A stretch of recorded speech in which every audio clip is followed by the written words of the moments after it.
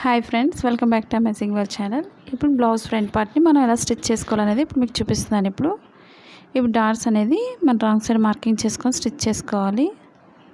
మా ఛానల్ కనుక first time చూస్తున్నట్లయితే లైక్ చేయండి, షేర్ చేయండి, సబ్స్క్రైబ్ చేయండి.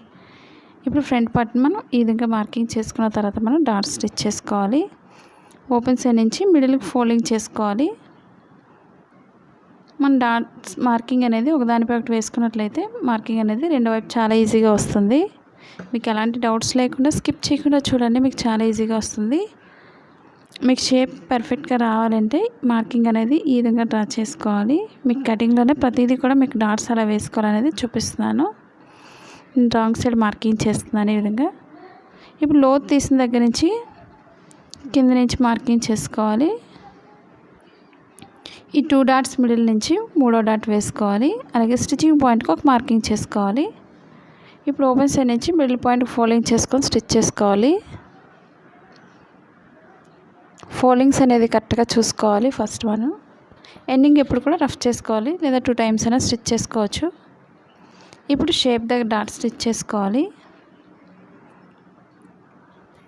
మాది blouse cutting in Telugu second channel ఉందండి, అది కూడా ఒకసారి చూసి లైక్ చేయండి, షేర్ చేయండి, సబ్స్క్రైబ్ చేయండి. ఇప్పుడు 2 డాట్స్ మిడిల్ నుంచి ఈ విధంగా ఫోల్డింగ్ చేసుకొని 3వ డాట్ వేసుకోవాలి. మీకు నచ్చినట్లయితే తప్పకుండా లైక్ చేయండి, అలాగే కామెంట్ కూడా తెలియచేయండి. మీరు ఎలా కటింగ్ చేస్తున్నారో అలా స్టిచ్ చేస్తున్నారో అనేది కూడా తప్పకుండా తెలియచేయండి. చూసారు కదండి, షేప్ చాలా పర్ఫెక్ట్గా వచ్చింది. ఈ విధంగా మీరు కూడా ట్రై చేయండి. ఇప్పుడు షేప్ పట్టిని మనం వేరే కలర్ కట్ చేసుకున్నట్లయితే పైన యాడ్ చేసుకొని 2 ఈక్వల్గా స్టిచ్ చేసుకోవాలి. ఇప్పుడు నేను వేరే కలర్ని కట్ చేస్తున్నాను. ఇప్పుడు నేను డబల్ కట్ చేస్తున్నాను, ఎందుకంటే 2 సైడ్స్ కూడా 2 వేయడానికి కట్ చేస్తున్నాను. మనం 3 చొప్పున కూడా షేప్ పట్టి తీసుకోవచ్చు, ఎందుకంటే మనకి స్టిఫ్గా ఉంటుంది. మీకు ఇంకా స్టిఫ్గా కావాలి అనుకున్నట్లయితే ఓల్ ఫ్యాంట్ క్లాత్స్ అయినా యూజ్ చేసుకోవచ్చు.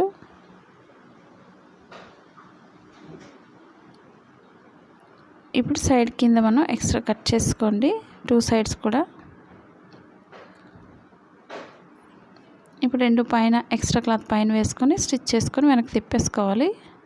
ఫోల్డింగ్స్ లేకుండా చూసుకొని మెయిన్ మనకి ఇన్విజిబుల్ షేప్ పట్టి వీడియోస్ కూడా ఉన్నాయి. మీకు ఖర్చు కనిపించకుండా చాలా నీట్గా ఉంటుంది. ఎందుకంటే మనం బయట షాప్స్లో కుట్టించుకున్నట్లయితే మనకి ఆ విధంగానే స్టిచ్ చేస్తారు. ఛార్జ్ కూడా ఎక్కువ అవుతుంది, కాబట్టి మన ఇంట్లోనే ఉండి సింపుల్గా మనం ఈ విధంగా స్టిచ్ చేసుకోవచ్చు నీట్గా, ఖర్చు కనిపించకుండా. ఆ వీడియోస్ కూడా ఉన్నాయి, ఒకసారి మీరు చూడండి. కొత్తగా టైలరింగ్ నేర్చుకునే వాళ్ళు అలాంటి వీడియోస్ నేర్చుకోవాలనేది కూడా కామెంట్ సెక్షన్లో కామెంట్ తెలియచేయండి. ఇప్పుడు షేప్ పట్టిని వెనక్కి తిప్పుకొని 2 ఈక్వల్గా స్టిచ్ చేసుకోవాలి. ఎక్స్ట్రా క్లాత్స్ అవి ఉంటే కట్ చేసుకోండి. కొంచెం లోత్ అనేది కట్ చేస్తున్నాను. ఇప్పుడు ఫ్రంట్ పార్ట్కి షేప్ పట్టి 2 ఈక్వల్గా పైన పెట్టుకొని జాయింట్ చేసుకోవాలి. మనకి ఇన్విజిబుల్ షేప్ పట్టి అయినట్లయితే సింగిల్ లేయర్ మీద స్టిచ్ చేసుకోవాలి ఈ విధంగా. అప్పుడు పైన పార్ట్ అంతా కూడా లోపల ఫోల్డ్ చేసుకొని స్టిచ్ చేసుకోవచ్చు. కింద డాట్ ఎప్పుడు కూడా కోన్ షేప్లో ఫోల్డ్ చేసుకొని మనం స్టిచ్ చేసుకోవాలి. ఈ విధంగా మనం 2 ఈక్వల్గా పట్టుకొని స్టిచ్ చేసుకోవాలి. ఫోల్డింగ్స్ అది లేకుండా చూసుకొని ఈ విధంగా ఈక్వల్గా స్టిచ్ చేసుకోండి.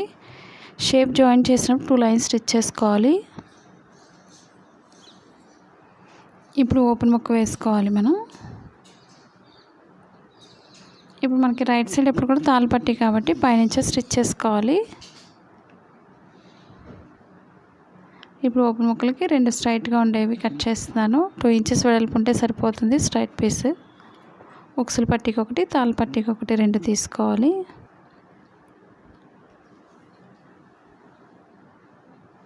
ఇవి 2 సైడ్స్కి కాబట్టి మిడిల్ కట్ చేసేస్తున్నాను డబుల్ ఫోల్డ్ చేసి. ఇప్పుడు పైనుంచి స్టిచ్ చేసుకోవాలి. ఓపెన్ సైడ్ నుంచి పైన ఎక్స్ట్రా కట్ చేసేస్తున్నాను. పైనుంచి స్టిచ్ చేసుకోవాలి.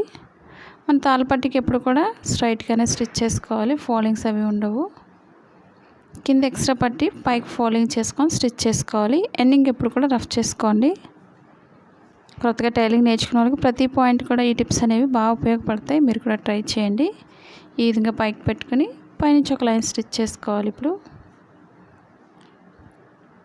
కింద ఫోల్డింగ్ అనేది కరెక్ట్గా చూసుకోండి. ముందు ఫస్ట్ చిన్న ఫోల్డింగ్ అనేది చేసుకోవాలి. అప్పుడు ఎక్స్ట్రా అంతా కూడా స్టిచ్చింగ్ పాయింట్ వరకు ఫోల్డింగ్ చేసుకొని స్టిచ్ చేసుకోవాల్సి ఉంటుంది. ఎందుకంటే తాళ్ళ పట్టీకి ఎప్పుడు కూడా మనకి ఎక్స్ట్రా పట్టీ వస్తుంది కాబట్టి ఈ విధంగా ఫోల్డింగ్ అనేది ముందు ఫస్ట్ చిన్నగా ఫోల్డింగ్ చేసుకోండి. ఇప్పుడు చివరి వరకు కూడా ఫోల్డింగ్ అనేది కరెక్ట్గా చూసుకోండి. స్టార్టింగ్ ఎప్పుడు కూడా రఫ్ చేసుకోండి. పై వరకు కూడా ఫోల్డింగ్ అనేది చూసుకొని స్టిచ్ చేసుకోవాలి.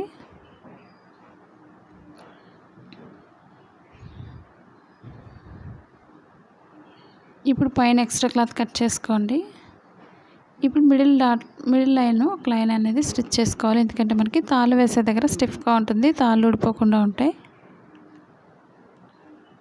ఇప్పుడు మెడ చుట్టూరు మెడ ముక్కల్ని జాయింట్ చేసుకోవాలి.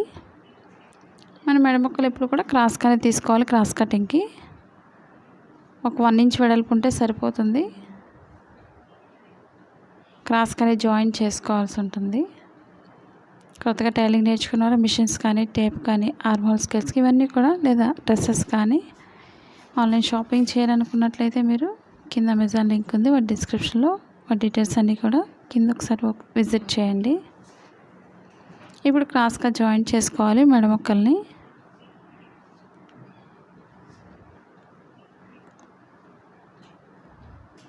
ఇప్పుడు ఒక సైడ్ అంచు కుట్టుకోవాలి.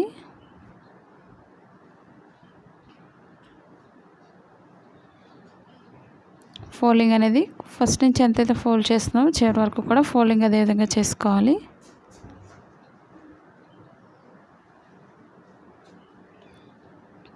ఇప్పుడు మెడ చుట్టూరు కూడా స్టిచ్ చేసుకోవాలి. ఎక్స్ట్రా క్లాత్ స్ట్రైట్ కట్ చేసుకొని ఇప్పుడు చుట్టూరు కూడా స్టిచ్ చేసుకోవాలి.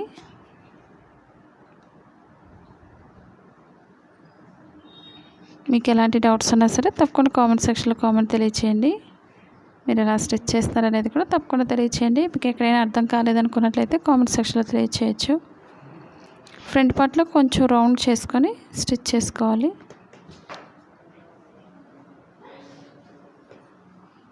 ఇప్పుడు చుట్టూరు కూడా కొంచెం కట్ చేసుకోండి. మనకు రౌండ్ అనేది చాలా పర్ఫెక్ట్గా వస్తుంది.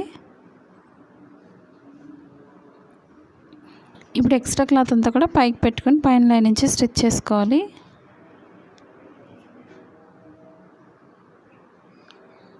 ఇప్పుడు ఎక్స్ట్రా అంతా కూడా లోపల ఫోల్డ్ చేసుకుని మనం చేతి కుట్లు వేసుకోవాలి, అంటే హెమ్మింగ్ వర్క్ చేసుకోవాలి.